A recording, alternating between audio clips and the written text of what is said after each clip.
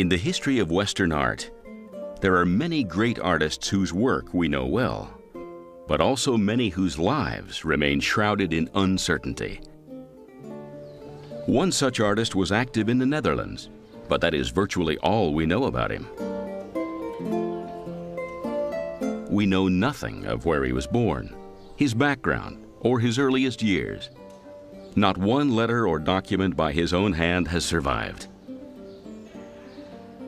To tell his story, we must rely almost exclusively on his unique works of art.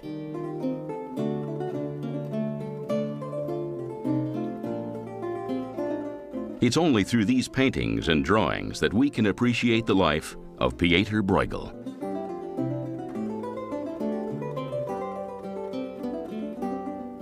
In the early 20th century, the advent of color printing enabled the paintings of Bruegel to command the attention of a huge new audience.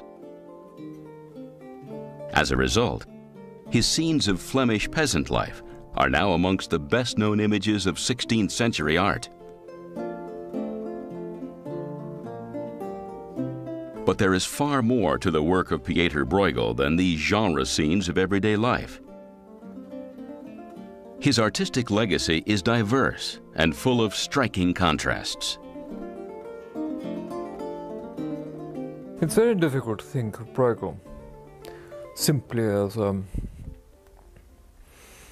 sort of Brouwer of his day, interested in peasants vomiting and dropping their trousers in the corner and so on. There is so much in his work that suggests a profound seriousness. I find myself standing in front of the Red Calvary in Vienna, absolutely torn by it. More so than in some great Italian Renaissance paintings or some great 17th century Spanish paintings, much more aware of the pain. The people for whom these pictures were designed were classically educated, so they would have made reference in looking at Bruegel's images to classical writers on the countryside, for example, or Pliny the Elder's chapters on the history of art where Pieter Bruegel was compared to classical painters. They would have known and been interested in from a kind of nascently nationalistic perspective in the vernacular tradition of Netherlandish proverbs. And they would have come wanting to talk about these things and looking for that kind of textually based significance. Bruegel was born in the Netherlands during the 1520s, but that is all we know for certain. His only biographer, Karel van Mander, claims that he trained with the well-known painter Pieter Kok, a resident of Antwerp. Although Bruegel and Kok were definitely acquainted, we cannot be sure of Bruegel's residency in Antwerp before 1551, when he became a member of the city's Guild of Painters.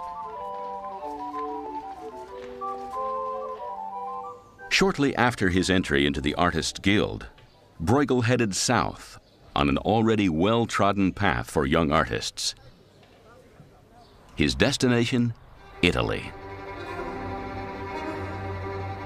During his trip, Bruegel was captivated by the great peaks of the Alps. When he returned to Antwerp around 1554, he began to make landscape drawings in ink, inspired by his mountain experiences. Biographer Karel van Mander described Bruegel as having swallowed the mountains and cliffs, so that he could spit them out again afterwards in his studio. There was always a landscape tradition in the Netherlands. You would have the backgrounds of paintings with very detailed landscape. But on the other hand, you could really imagine that somebody coming from the flat Netherlands with huge skies would really be overawed by these gigantic Alps. But also on a more prosaic note, it may very well have been Hieronymus Kok, the printmaker, who actually sent him and who saw the potential in landscape or drawings, and he could then make them into prints. The real development in landscape, of course, took place on the homeward journey. And it is in a sense documented by that wonderful drawing in the collection of the Courtauld Institute, which used to belong to Count Ceylon, in which we have an alpine landscape with an artist sitting with a pad on his knee, and a little hunched figure in the landscape, quite clearly drawing in the open air. Now, I do not believe that he was the first to sit down with a pad on his knee and draw in the open air, but he was certainly one of the greatest. Bruegel's earliest surviving canvases reveal his love of mountain scenes.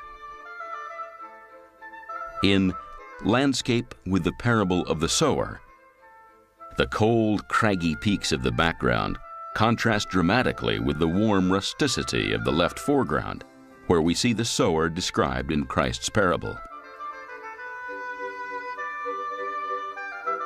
The diagonal of the river flowing into sunlit open sea makes this a satisfying and unified scene, with Jesus and his followers almost dismissively small in comparison to the grand sweep of nature. Perhaps Bruegel intended to convey a sense of the true proportion of man. This is also possible with The Flight of Icarus, a depiction of the legendary fate of Icarus, the young man who flew too close to the sun. But at first glance, the doomed youth can hardly be noticed. Again, the message here may be the limits of the significance of man. But Bruegel surely has another objective.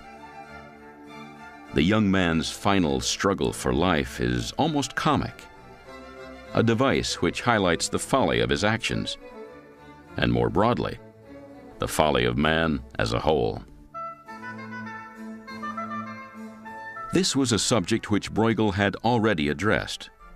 Around 1558, by the time this canvas was painted, Bruegel had become established in Antwerp, and his drawings were published regularly by a fellow citizen and friend, Hieronymus Koch.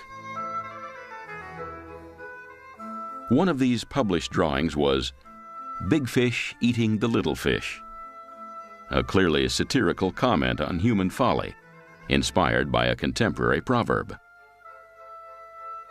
But when this first image was published, it was not presented to the public as Bruegel's work. Instead, his publisher marketed the print as the creation of an earlier Dutch master, an artist whose influence was at its peak in the Netherlands of the mid-16th century, and whose example would repeatedly inform the work of Pieter Bruegel. His name was Hieronymus Bosch. Hieronymus Koch asked Bruegel to do designs in the style of Bosch. So he did large fish eating the small, and the 7 deadly sins. And he was really called the second Bosch at the time. The influence of Bosch on Bruegel's drawings was both stylistic and thematic.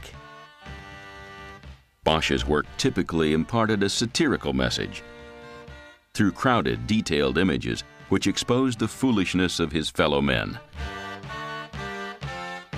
Published Bruegel drawings followed his example, in images such as The Ass in the School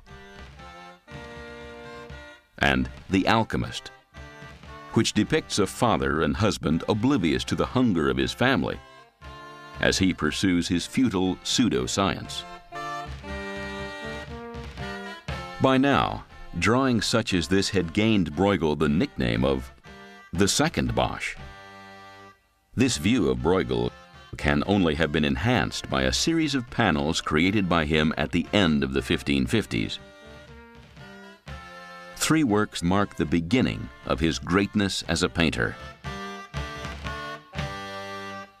With children's games, we again see the influences of Bosch in composition and theme.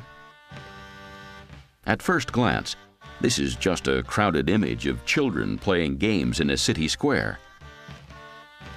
But there's a curious joylessness about this apparently carefree scene. Bruegel is using the children's game symbolically. We can see them as representative of all those adult activities which seem so important and time-consuming to those engaged in them, but which are ultimately devoid of value or meaning. It is a symbolism that has lost none of its power over 450 years.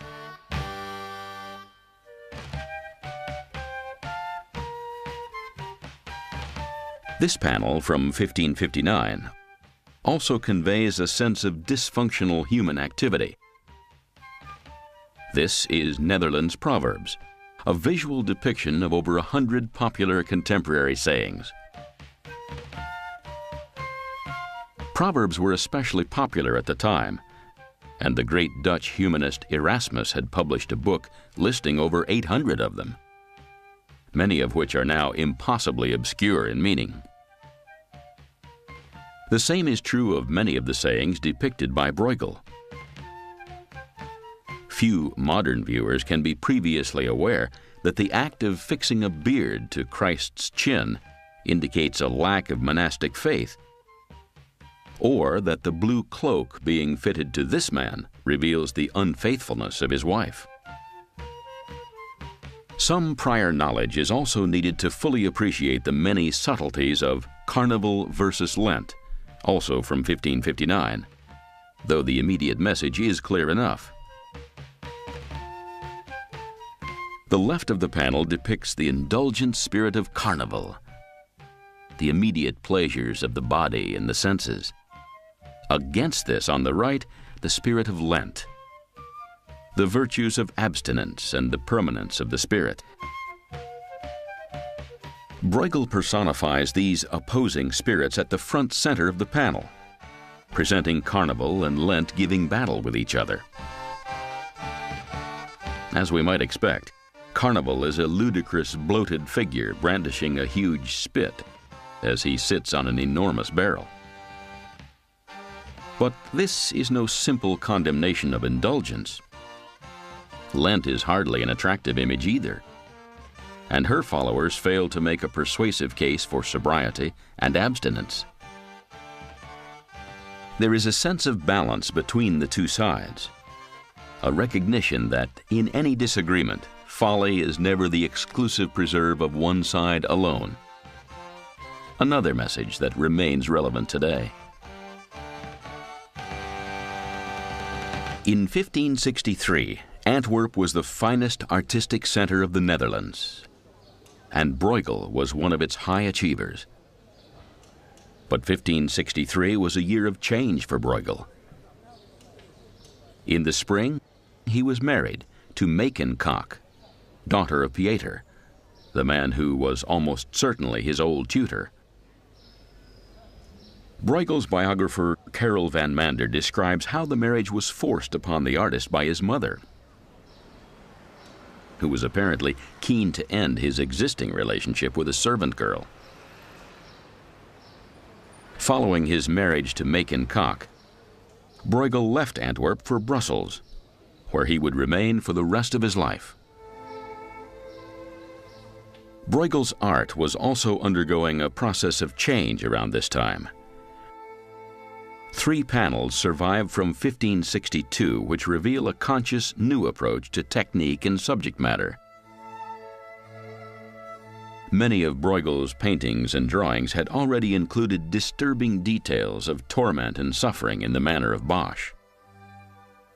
Now, these elements became dominant.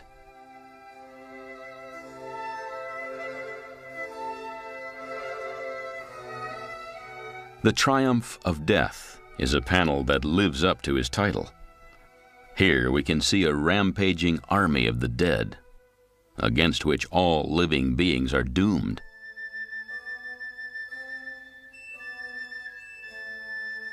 On the desolate hills, the executioners are busy with their work, while the far background is a fiery scene of hell, reminiscent of the most nightmarish visions of Bosch.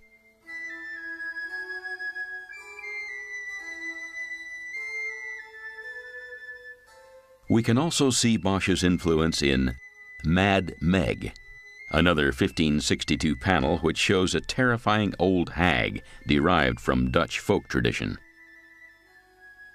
The fires and monsters indicate that this is a scene of hell itself, in which the dreadful central character is actually in the process of plundering.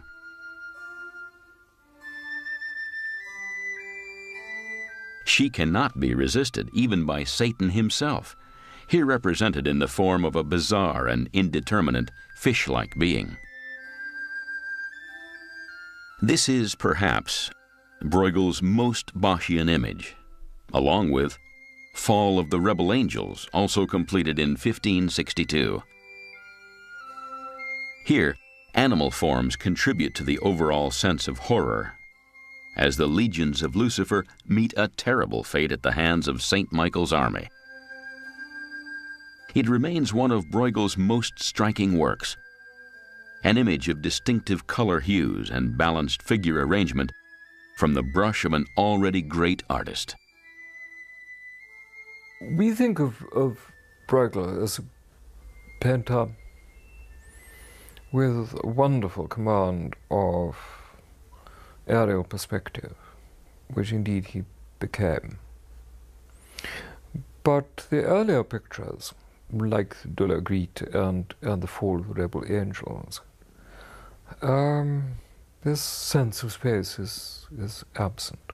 I think the most striking thing about these two pictures is the way in which your eye is encouraged to kind of explore or dart about the picture, and you don't immediately see what's going on. There is one dominant figure, Mad Meg, Doelgriet, in her picture, which is a kind of satire on women, as far as one can tell. And in The Fall of the Rebel Angels, there are two major figures, but they are, in a sense, large-scale focuses within a kind of chaos, really.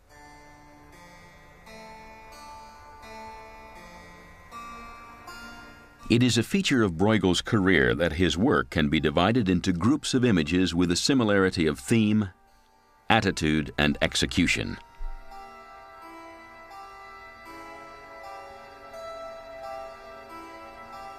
Here we see Christ carrying the cross, a grim biblical event also depicted by Bosch earlier in the century. But at first glance, the Christian significance of the panel may not be obvious. The figure of Christ is insignificantly small in comparison with the grand sweep of the landscape and the swarming of the crowds.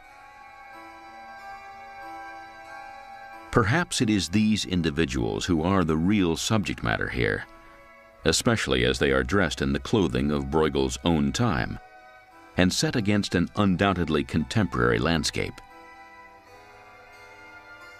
This was a feature of Bruegel's religious work, as can be seen in The Census at Bethlehem, painted in 1566. If we were unfamiliar with the story of the Nativity, we might consider this to simply be a depiction of a chilly winter's day in an ordinary Dutch town of the 16th century. The Census at Bethlehem, like many other paintings by Bruegel, takes place in a Bethlehem which is a village of his own day, using peasants of his own day in the costume of the day. So, this is not an aberration. This is the custom of the time. It would have been an enormous break from tradition if he had done the census in any other way, if he'd tried to imagine what Arab or Jewish costumes looked like 1,500 years before. And he would have failed. This was not the only snowy image created by Bruegel. But with this panel, Hunters in the Snow, there is no need to search for any biblical message. Collectively entitled The Months, Bruegel created a series of panels depicting the various activities and the different environments of the passing seasons.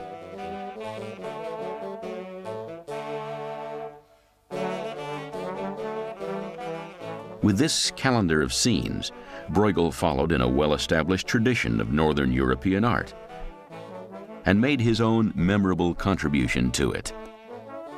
We don't actually know whether there were intended to be, or indeed were, 12 of those paintings, or whether there were 6.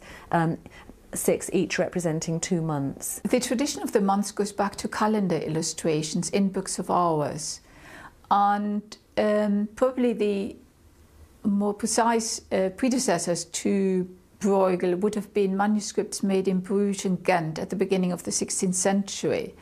But the big difference is that there you would have had the figures quite large and dominant, whereas with Bruegel you get this wonderful landscape, the figures integrated into the landscape, and the atmospheric conditions of the seasons being depicted, and the whole atmosphere. Only 5 of Bruegel's months paintings survive today, but they contribute greatly to his reputation as a master of genre painting. The months panels provide an enduring visual record of the tasks of the peasantry throughout the year. The gloomy day represents February, a time for pruning trees and gathering twigs. By contrast, August is a time for harvesting, and Bruegel's painting shows the rural workforce both working and resting after their arduous labor in the fields. When we come to examine the visual rendition of the previous month, showing the rural workforce busy making hay in July, we are left in no doubt that the labors of the peasantry are determined by nature. This impression, enhanced by the overwhelming landscape, characterizes the month series. But in artistic terms, the image of the Hunters of January remains the most memorable of these genre scenes. Again, we do not need to look for messages below the surface of this wonderfully calm and unified painting. Instead, we can simply appreciate a scene of 16th century life set against a winter landscape, the work of an artist who was now a master of the technical difficulties of compositional layout.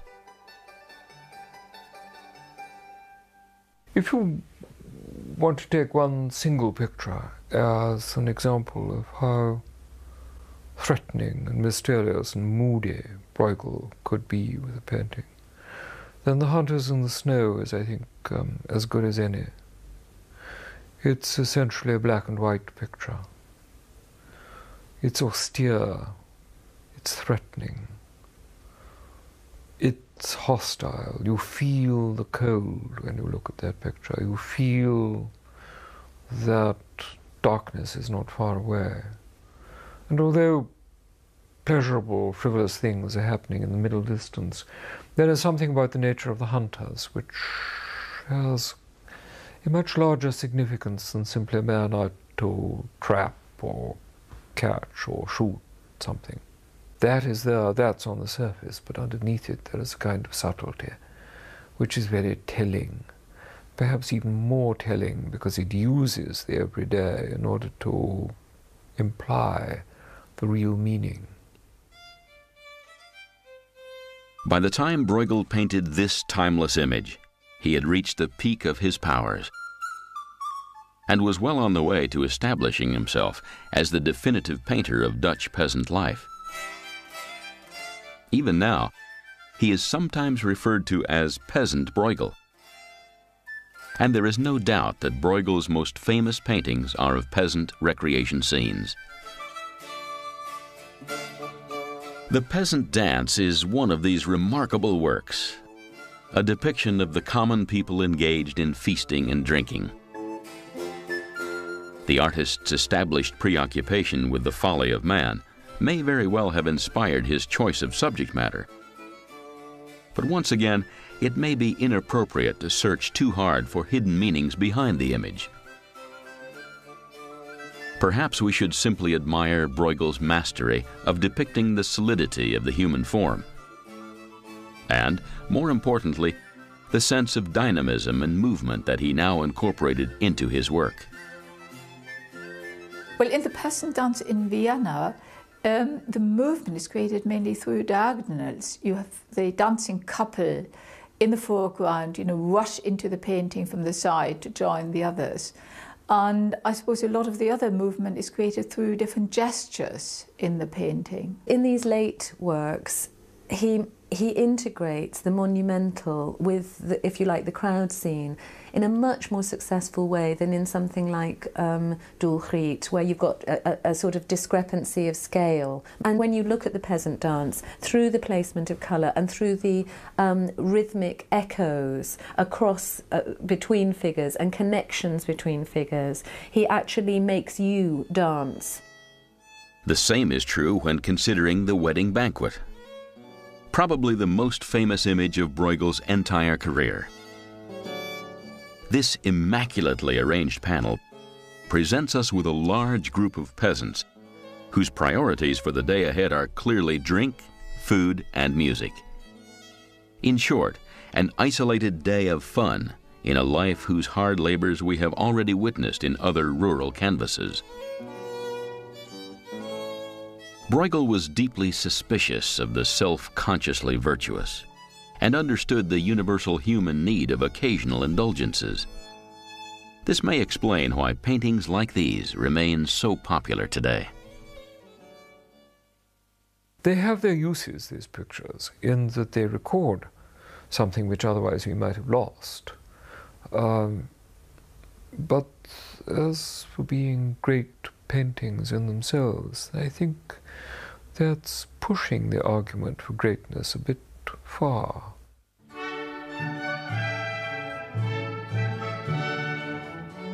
By the year 1569, Bruegel had mastered his art. He was still in his 40s, and years of further achievement surely lay ahead for him. Now settled in Brussels with his wife, 2 sons, and a daughter, his work was much sought after by leading private patrons of his day. But tragically, it was not to be. On the 9th of September 1569, in Brussels, Bruegel died. Shortly afterwards, he was buried in the city's Church of Notre-Dame de la Chapelle. Typically, we have no idea what the cause of his death was. In the course of a relatively brief working life, Bruegel pursued a unique approach to his work, and the breadth of his achievement was remarkable. His art was still evolving in his final years, and we can only guess at what he might have created had his life not been cut short.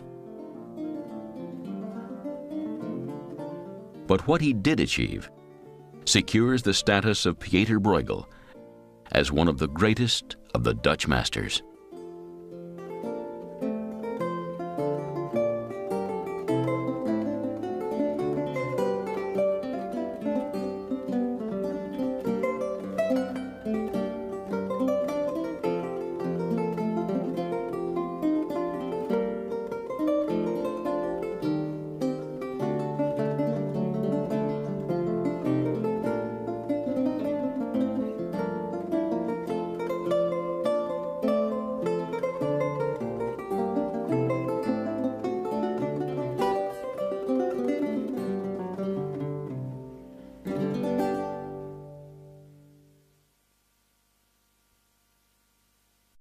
Saw some great 17th century Spanish paintings, much more aware of the pain. The people for whom these pictures were designed were classically educated, so they would have made reference in looking at Bruegel's images to classical writers on the countryside, for example, or Pliny the Elder's chapters on the history of art, where Pieter Bruegel was compared to classical painters. They would have known and been interested in, from a kind of nascently nationalistic perspective, in the vernacular tradition of Netherlands. But that is virtually all we know about him. We know nothing of where he was born, his background, or his earliest years. Not one letter or document by his own hand has survived. To tell his story, we must rely almost exclusively on his unique works of art.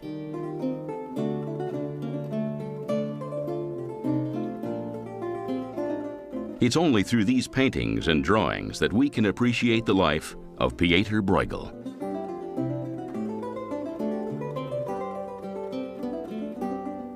In the early 20th century, the advent of color printing enabled the paintings of Bruegel to command the attention of a huge new audience. As a result, his scenes of Flemish peasant life are now amongst the best-known images of 16th century art. But there is far more to the work of Pieter Bruegel than these genre scenes of everyday life. His artistic legacy is diverse and full of striking contrasts. It's very difficult to think of Bruegel simply as a sort of Brouwer of his day, interested in peasants vomiting and dropping their trousers in the corner and so on. There is so much in his work that suggests a profound seriousness. I find myself standing in front of the Red Calvary in Vienna, absolutely torn by it, more so than in some great Italian Renaissance painting.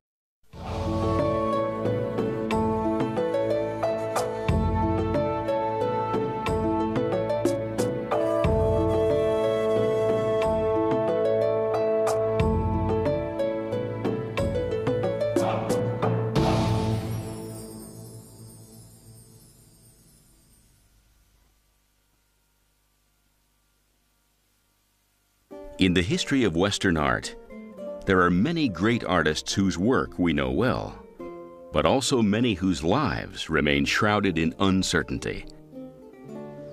One such artist was active in the